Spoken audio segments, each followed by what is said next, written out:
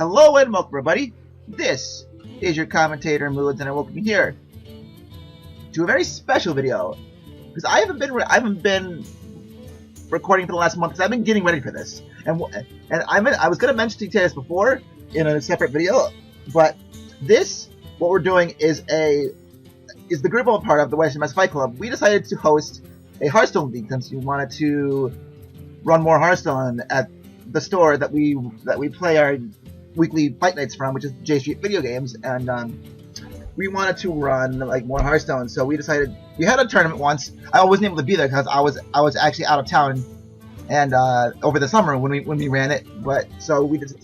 So one of our members wanted to run just something, and I said I'd be willing to run and host a Hearthstone League, and so here we are. And this is week 2 because week 1. Well, this first video is going to be week 2 because I was going to say like week 1 we didn't have it set up where we archived the streams, and yeah, we just messed up. So you're going to see every match that I play from here on out, starting with week 2, and yeah, I hope you enjoy. And so here, let me go over the format of this league for a second. This is going to be Conquest Style, and for those of you who don't know what Conquest Style is, it's where you and your opponent bring 3 decks, each of different class. So for example, I can have 1 warrior, 1 mage, and 1 druid, but I cannot have 2 druids. And let's say, and then you and your opponent each tell each other what class you're bringing. And then let's say my opponent brings mage, warlock, priest. And then you each select the best decks to play for match 1, depending on what classes your opponent have. So if he plays that, I might when I start off with druid, and then he might select priest to start with. And let's say my druid beats his priest, then I am no longer able to use my druid, but he can still use his priest again in that next match, or he can choose one of his other 2 decks. And then let's say he beats me he chooses like mage against my warrior. Then he can't use his mage deck, and then it goes on like that until someone wins 3 in a row. Well, 3 overall games. So yeah, like I said, this is gonna be week 2 because, like I said, week 1 we did a little oopsies. But yeah, and in these videos or in these matches that you're gonna see, I wanted to record it from the stream because I wanted to get the commentary from the people who are commentating. That's why I didn't actually get to record week 1. Because it would just be me playing with no commentary. So I need to just focus and concentrate on my games rather than my own commentary. And yeah, but also, like I was going to mention, in these videos, or matches rather, you're going to see me show off, like I do in my other Hearthstone videos, my deck list on the side of the screen. So you're going to see what decks I play and what card choices I decided to make in my decks for these matches. So yeah. So I'm gonna just get into this first match that I'm gonna show you guys. So yeah, this is gonna be again week 2, but the first match you're gonna see, this is week 2 out of 12. So I hope you all enjoy, and this has been your commentator Moods, and let's start the games. So we got Moods and TruthAM coming here. TruthAM, the one who destroyed me last week, and Moods, who played a lot of Hearthstone, like a lot of Hearthstone. And Moods is like, he generally just tests decks. He doesn't have much fun just climbing ladder, even though he's a little far in ladder this season. He's going farther this season than he usually does. But he generally just tests out decks and has fun just playing with weird decks. Where TruthAM, I actually don't know much about him, honestly. But he is a good player. He's a skilled player. That's what I know. He's a good player. His lists are pretty good this week. We got a warrior deck. He did change it a little bit. I'll talk about that. We'll see what decks they're playing first, and then we'll get into those a little bit. We do have the warrior right out the bat. Versus a deck I was playtesting with him earlier. His final list is pretty solid. It's basically a control warrior with sparring partner in it. And this is bolster. This is Moods' Secret Paladin, which he runs Divine Favor in. He runs a few special things that are really just optional things in Secret Paladin. It's a little bit more. Cards, but it's a little bit more it mid-range side of anything. Yeah, Divine Favor is a card you would expect more in a rush deck. You know, you have your Secret Keepers and all that. You'd expect to be pushing them for damage, emptying your hand, and then filling it back up. So seeing that in a list that you're describing as mid-range, he's a little bit, it's different. So hopefully we see that come off to some effect. I mean, it's got the natural Secrets Paladin stuff, and then it's just a little bit more mid-range on the, or a little bit more on the mid-range side than on Secrets Paladin, on the combo side. Ooh, Revenge. Alright, see a Revenge come down. 2 mana counter that spell he just played, the Muster for Battle. Seems pretty good. It's pretty good, yeah. He opted for Revenge because he knows he's going to be playing aggro decks. He's not, without a Justicar Trueheart, he doesn't feel like the armor is going to be too high for him. So he's going to use the fact that he's low on life to cast a mini Hellfire. And the Murloc Knight coming out without any knowledge that the Death Bite's not in his hand. Yeah, really interesting. Yeah, it seems like a mistake there. He may just be trying to bait it out of him. Didn't get punished, He doesn't have a lot going on for turn 4. The True Silver could have come down. But it doesn't look like he's feeling enough pressure to warrant that. And also, like, he can get rewarded for that with a Knife Juggler, Hero Power, Inspire play, which is just another Murloc Knight, and that's just disgusting. This is why everyone hates this card. It's just the value of this card is just infinite, almost. If you just get Murloc Knights. He's gonna certainly get a lot of value next turn. I think the Brawl is a smart play here for Truth. Excuse me. But we'll have to see what he ends up deciding on.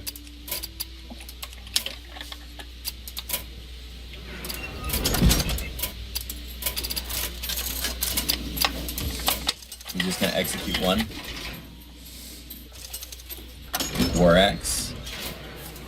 Are we gonna see War Axe into... Ooh, I was thinking he might hit the Knight in Revenge, but we're not gonna see that. We're not gonna see that. The Knife Juggler way too much.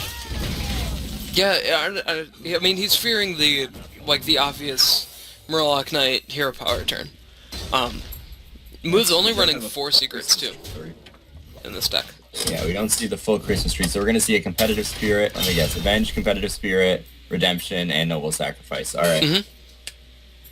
Not a bad set there.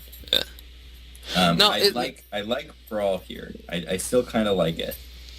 I mean, it's not bad.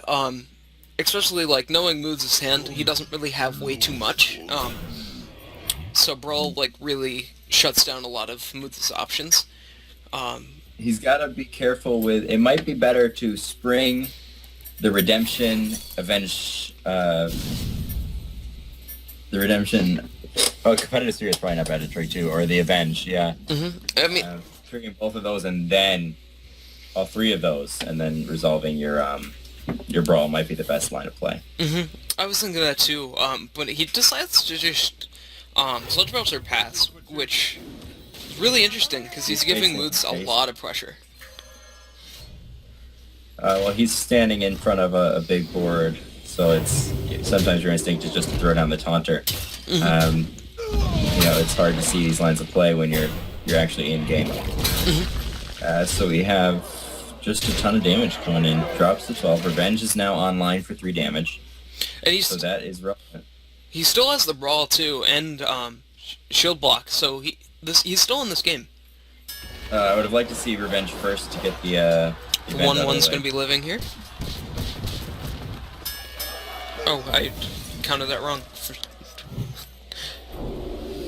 Revenge, going to be popping on the Cold Light Oracle. Redemption. Oh, God. Okay. 5/5 coming out on Moods' side. I'm just going to give the guy... Don't give up Minion Taunt. Don't do that. Please, don't. It's not worth it. Revenge or something. Armor up. Don't do that. Armor up was a much better play, but instead he gives the Divine Shield Taunt, which is going to be very annoying in the future. That just... It's really interesting. I'm not sure about that play. He really he was valuing a minion on the board more than health in that situation, which he was facing a board that did have a lot. Sparring partner has taunt though, right? So he really wanted taunt in that too. Yeah, that's really the reason he played it. He just those shield blocks sitting in hand, not really doing much of anything that game. He just wasn't playing around enough with just one taunt. Secret Paladin's one of those decks that's very difficult to play around. Once the 6/6 comes down and the Christmas tree lights up, it's hard to say what you're going to have to do. You really have to think that out. It's a puzzle. You have to take the time, think to rope, really decide what you're going to do. Let's see Rogue versus Warrior coming up here. And Moods Warrior is more of a... it's a Dragon Taunter deck. Dragon Taunter deck. It's really interesting. This is one of the ones I play tested with Moods earlier today, and it was interesting, and it kind of worked. This rogue deck is also interesting. It's going to be nice. It'll be interesting to see how it plays. I did play against it earlier. It's more of a creature-based strategy. Its curve ends at Dr. Boom, but below that, everything is 5 or less. So we're going to see some good value minions. The preparation into Beneath the Grounds is a good start. Yeah, I mean, it's really interesting start, because, like, it's 100% RNG based out of, like, 30 cards. But it's strong, because eventually he's getting those 4/4s, and it's going to happen. I mean, it's only a matter of when. Yeah. So... not all of them, but he'll get some of them, and he'll at least get one. On turn 1, nothing. It's fine. Especially against Control Warrior. I mean, Dragon Warrior is more control.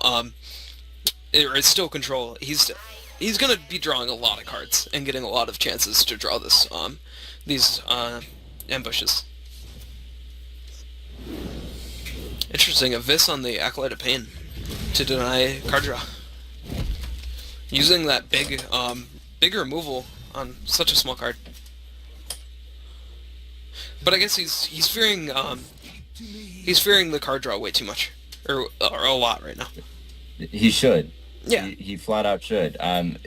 That's one of those cards that you want your opponent to play a 3-mana draw one. It's anything more than that is just value. Yeah. Right now we're gonna see it come down. It's gonna be draw 2. And that's no good for anybody. Interesting, the Undercity Valiant.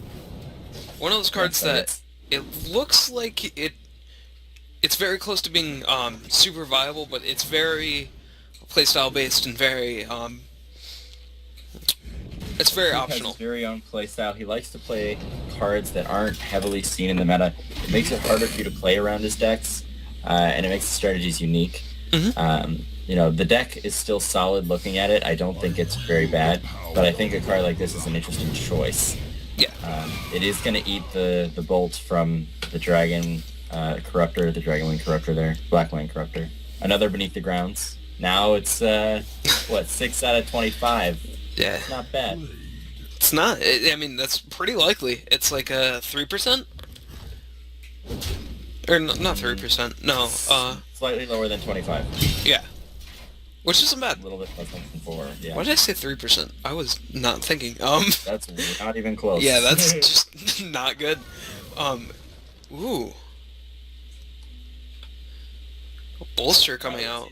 That's an interesting. Vanna knives, and things are getting interesting up in here. Shadowpan Rider, a 6/7.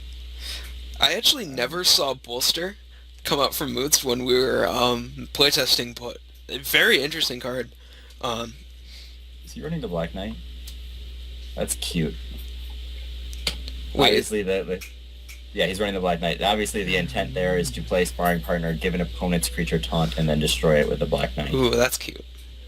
And this is probably one of the best matchups to be playing Black Knight in, because Moods is running a lot of taunts. No, that would be Moods is the one running it. Oh, really? He's using a sparring part. Yeah, he's using a sparring partner combo to give the opponent's creature taunt and destroy it. Oh, that's cute. Yeah, it's a real cute little combo. It doesn't In Moods' playstyle is a lot of doing stuff like that. He loves little combos like that. It's a 4-5 for 6, so it's not the worst, but destroying an opponent's creature when you can get it is good. I don't see the other combo piece in his hand just yet, so he's just going to have to sit on that for a while. We do have a Varian Rin there. That's going to be pretty terrifying. Yeah. Twilight Guardian, I wouldn't be surprised if he didn't bolster right now. That would seem so good. It's really good. I mean, it's one of the most efficient things to do for this mana, yeah. Yeah, so 5-5 and a 5-8. Yeah. It's just a lot to overcome. Shiv is certainly not going to do it, but it will be a combo enabler for the Viscerate. It will allow him to take out the Sludge Belcher if he wants it. He could play the Shadowpan Rider here too. That would give him the board presence he needs to maybe push through these guys. Viscerate could always come up from a Rusty Horn later. But he is going to opt to just take it right out and leave the Shadowpan Rider for later. TruthAM using a lot of removal too, to get rid of these cards. Kind of forced to. These high power toughness creatures are very hard to get rid of. Yeah. Rogue only has damage to do it. It could sap, but he's not running. Oh, he's running 1, and he hasn't gotten it, so. Another bolster coming out. An Assassinate as well. An Assassinate off the top would be very good for him here. Very good. Gives him that tempo that he really needs. I think it's just Deathbite Pass or Twilight. Twilight go for the maybe. Hunter here, but no, he's gonna go with the Deathbite. Might hit face here. No armor coming up. Yeah, there it is. I would hit face. I would not bolster. Sure. Ooh, interesting. You would not bolster in any you would not bolster. If you play the other 4-mana dude, you're not gonna bolster. Yeah. You don't have another dragon to activate it, so that would be kind of lame. Couldn't do it actually. So he's gonna get some taunt there. Black Knight is online. Does let him play the setup hand as a 5-mana 6/7, which is very good. Very good. I would love to see Moods Black Knight that 1/1. I would really. If you had Sludge Belcher bolster in hand, it seems like a strictly stronger play. It's going to allow the dragon to push in for 7 damage to face. He's going to have to use the weapon to get rid of it. Not the 1/1, not the best trade in the world. I mean, my God, the Q play is to Fiery Warriors execute. He wanted it. He's like, what else is this going to happen? This is my dream. Moods can also Fiery Warriors execute right here to kill the Shadowpan Rider. Which is the play I would do. I mean, he's got it. I think bigger board is better here. No, it's not a... This isn't a bad play. And he just eats the rider anyway. Yeah. You know, who needs these? Backstab is pretty okay. Anti-Keelbot's going to keep Truth in the game a little bit longer. I'm sad to see him play the backstab. I think that's a combo enabler. He might need it later in the game. And really, just getting 2 damage on the Sludge Belcher right now really isn't doing much more. Ambush. Yo, ambush. There's the ambush. Varian Rin could be a huge ambush enabler if he plays it right now. So let's see if how that turns out for value. That would have been the best. Come on, we want to see it. Play the Varian. Play the Varian. Do it for the fans. That one fan cheering in the crowd. There it is. How many ambushes do we get? Rogue Service Champion. Nah. No, none of them. You didn't get an ambush. Wow, that's so unlucky. There's still 5 ambushes in Moods' deck. The bash is really good to get rid of the 7/3. 4/3 trades to the 5/4. 3/2 takes out the 1/2 or trades into the 3/2 as he sees fit. Either way, this is lethal. He had to trade into the 3/2. If he didn't trade into 11 health, this is now 12 damage. If he traded into 3/2, it would have gone down by 2. Actually, even it would have been 10 damage. He wouldn't have been able to deal lethal. He had the weapon in hand, but that was the only play that he could have made that would have kept him alive. Yep. And that's game. Yeah, either way, that the creature-heavy dragon deck pushed through the rogue deck. So that means Moods has only 1 deck remaining? Yep. And that is something that I don't know. Truth. I don't get these decks. But I mean, Truth going on his set and game right now. His last game for the set. If he loses, he's got a Warlock. Handlock. Let's see. Is it Handlock? He's comfortable with Handlock. I know he is. Ooh, Dark Bargain. Oh yeah, this is the same list he must have been running last week then, because we did see that there. Oh yeah, okay, so he changed the list a little bit. We're looking at 2 Dark Bomb, 2 Ancient Watcher, 1 Iron Beak, 2 Sun Fury Protector, 2 Fencing Coach, a Hellfire, 2 Shadow Flame, a Defender, a Kazan Mystic, 2 Twilight Drakes, Antique Healbot, 2 Sludge Belchers, 1 Dark Bargain, 1 Siphon Soul, so that's the same. I think the one card we're looking at different here is he did bring in an Alex Straza. Ooh. Yeah, we have a Thursan, a Windrunner, a Fizzlebang, an Alex Straza, and a Jiraxis. Interesting. So, it's quite the interesting little list there for Moods. We're looking at Truth's Druid deck. It is I think it's a pretty decent Druid deck. We do have Force of Nature Savage Roar in here. He's only got 1 Force of Nature though. We'd like to see 2. Anadonixia. So he's going for a large board Savage Roar combo. Also a Gormok the Impaler in the deck. Ooh, interesting. Moods decides to coin out the Twilight Drake when he can't play Mountain Giant now until turn 5. He has no play next turn, really. Yeah, he must feel very pressured here. I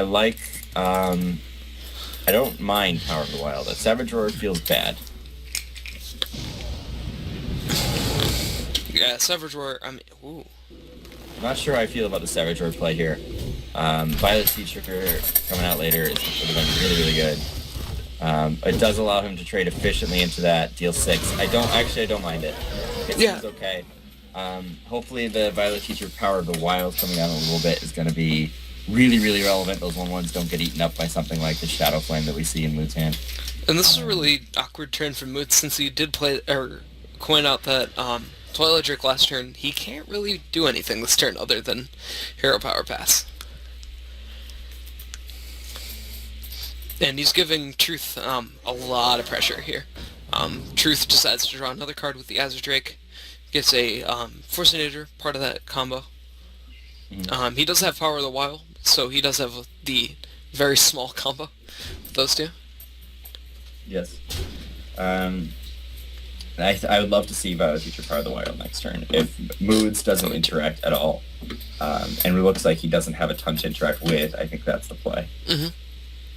Does he have a Twilight Drake sitting over in the corner of that hand? He does. Violet Drake Shadow Flame might be what he has to end up doing, but he can't do that. It has to be a 2-turn combo. Looks like he's going to go and set that up.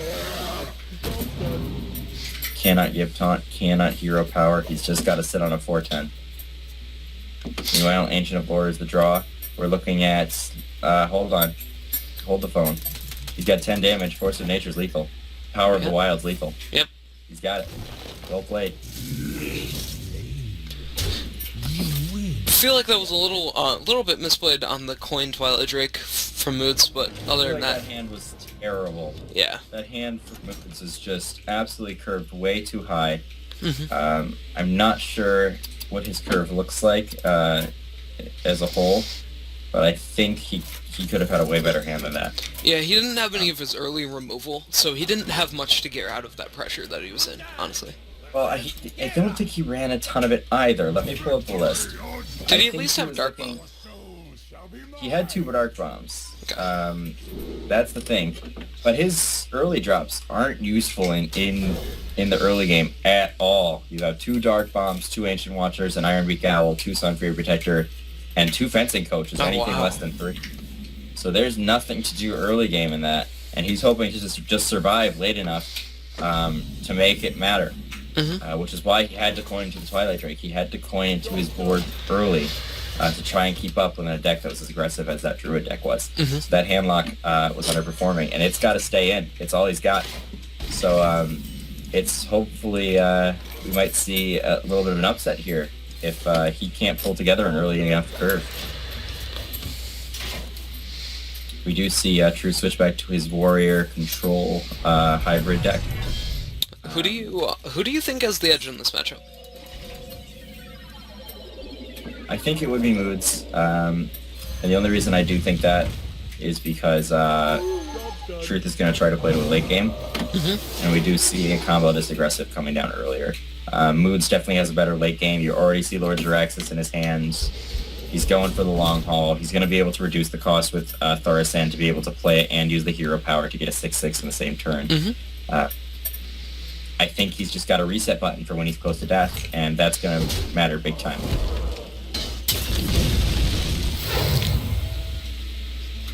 I do like the Acolyte of Pain coming down, though. Yeah, I do too. There isn't much Moods can do about this other than just Dark Bomb. Or Sledge Belter. Sledge Belter's fine. You know, I would be okay with Revenge Execute here on the Sledge Belter. Slam Execute, actually, even a little better. No, he's yeah, gonna... He's gonna Revenge Execute. Yep. Isn't bad here. Gets him a card, kills the O, and, ooh. He's gonna draw some extra credits. Draw more and more cards. Oh no, he's gonna save the execute. This is gonna be as many cards as he can draw. He's looking for maximum value out of these. So he's gonna get 3 draws off of the Acolyte of Pain, which is just Christmas for him. So all the Christmas. And Moods is even gonna attack it for him. It's just, what more does he need to do for you, you know? Yeah. TruthAM does come down. Keeping the execute seems really good now. That card, the hand's just really strong. I think this is a good sequencing by both players here. Yeah, Moods ups into TruthAM over Molten Giant, really wanting to get TruthAM out as early as you can, and trying to get more of a what am I? Well, less of a cost on Mountain Giant coming out. Execute being used on TruthAM, using some of his removal very early, that he might need later on for some of these giants that will come out. First giant comes out from Moods.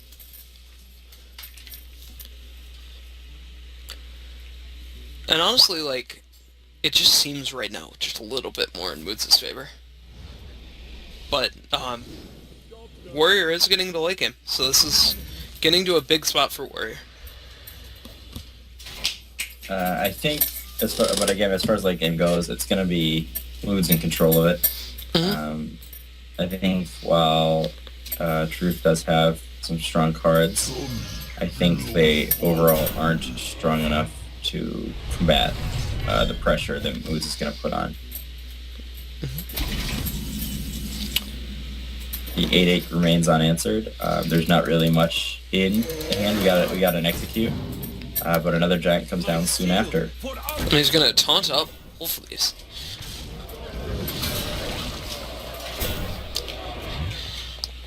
Ooh, and the Arcane Nullifier being run by Truth. Very interesting card. In his hand right now, so 2 Arcane Nullifiers into 2 bolsters could end up being very good. What do you think about that in this deck? Bolster come down. What's that? What do you think about Arcane Nullifier in this deck? It was my suggestion to him. He wanted to go for a Dragon Light deck and not really commit with like the Dragon Matters cards. So this is what we ended up settling on. We went more Taunt Matters.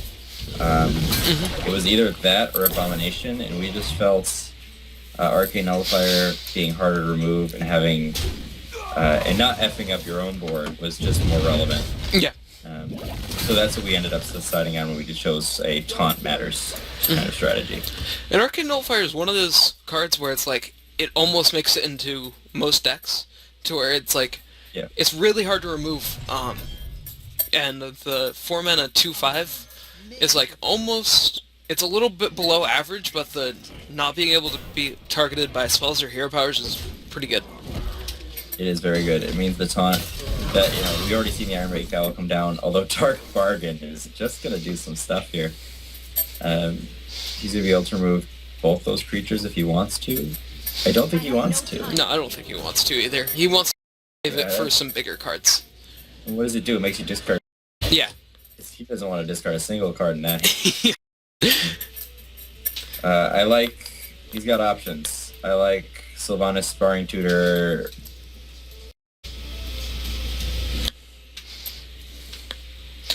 Yeah, I do too. Honestly, it's pretty good here. I would not make Sylvanas have taunt. No, I would not either. What? He's gonna trade everything into it, so Sylvanas can't get anything. And then play Sylvanas? Sure. I don't see a way for Moods to respond to that. Oh, but he's not gonna. He's just gonna Arcane Nullifier again. Okay. Yeah, if he played Sylvanas, he'd be in a really great position. Now I'm a fan of giving to Sylvanas taunt and bolstering it, though. Yeah. Now Sylvanas couldn't take Sylvanas, and then Sylvanas take something else, which is really the fear with that line of play. But this one now, he can go perfectly fine and really threaten him. Unfortunately, that Molten Giant is now only 4 mana. That's going to enter play this turn. Kazan Mystic coming out as well. Anything this matchup, throw down the Kazan Mystic. Yep. That is a Garrosh Hellscream that could potentially have taunt. But it's not. It is going to be the Sylvanas. I do like that way better. I like the bolster. I like taking out the Kazan Mystic and threatening. Just really threatening that Molten Giant and saying, come and get it. Yeah, I mean... Take it out with the weapon seems good. I mean... I don't like that he... Dark Bargain is really big here.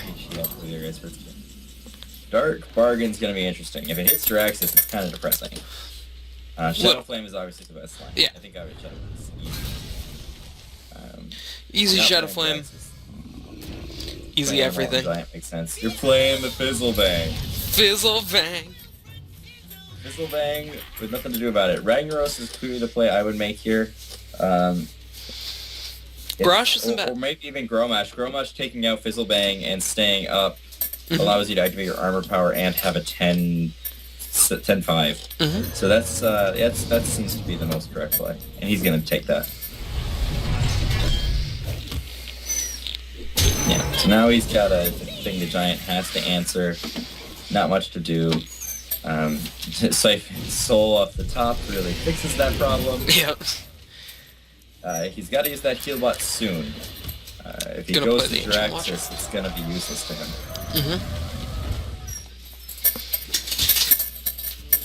So, right, he's got a Revenge that's online. It's not going to do a whole bunch against these big fatties. Ragnaros might be his only hope. A 1 in 3 chance of hitting the Molten Giant. Armoring up is good. The Ghost Face is sad.